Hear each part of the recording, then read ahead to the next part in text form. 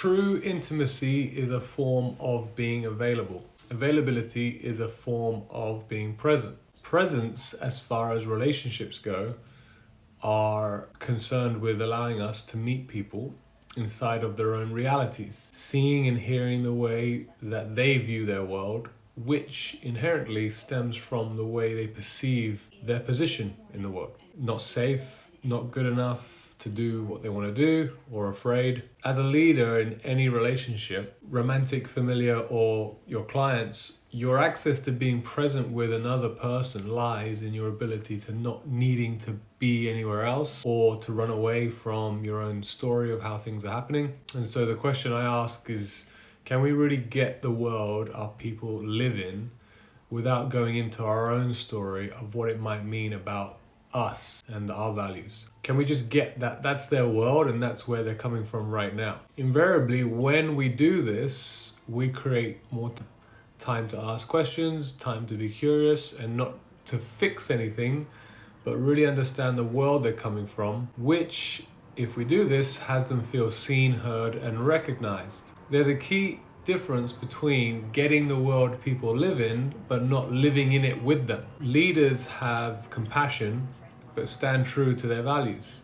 They're respectful, but don't abandon their boundaries so that another can continue living in their limited world. If you've been a part of our coaching programs, then you might even be able to hold a space for them to challenge the validity of the lie that they've been living in and believing about their safety and inadequacy and worry. We're only available to hold this space for others when we have reconciled our own stories and we don't react from our own old places of inadequacy to where we know fixing things is not the goal, but allowing others to have their own process, acknowledging how they feel. And this is enough sometimes for the relationship to prosper.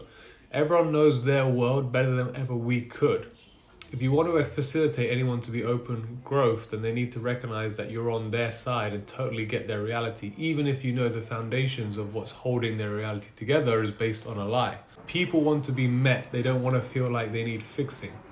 Ironically, when you do this, their internal lies start to crumble, as every call out that is based in fear is really a call to be seen and their pain to be expressed and recognized. I personally just don't like to let people hang out there longer than they need to. Let me do that again. I personally don't like people to hang out in their pain and suffering for any longer than they need to. But again, there is people's own process to what that looks like. Starting off by acknowledging them can bring a sense of ease to their body of being heard.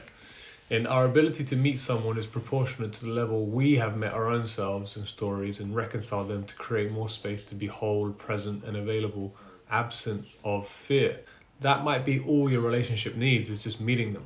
I've had people in my life where attempting to get their reality was met with even more resistance because they were picking up on my own lack of compassion for them, which really stemmed from my own resistance of compassion and acceptance for myself.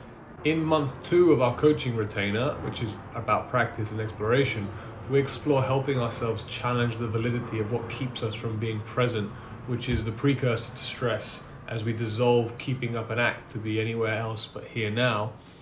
And that involves, you guessed it, feeling potentially uncomfortable feelings just for a moment. Uncomfortable to our story of the way things are, not for what's actually happening.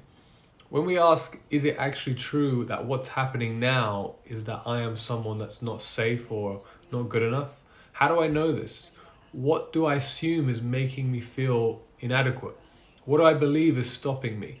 Here we reveal our own blind spots as we give these storied answers that reveal the unconscious way that we've been relating to our world and ourselves from a perspective we bought into about who we were that wasn't totally accurate, but rather degrees away from the reality of what's actually happening.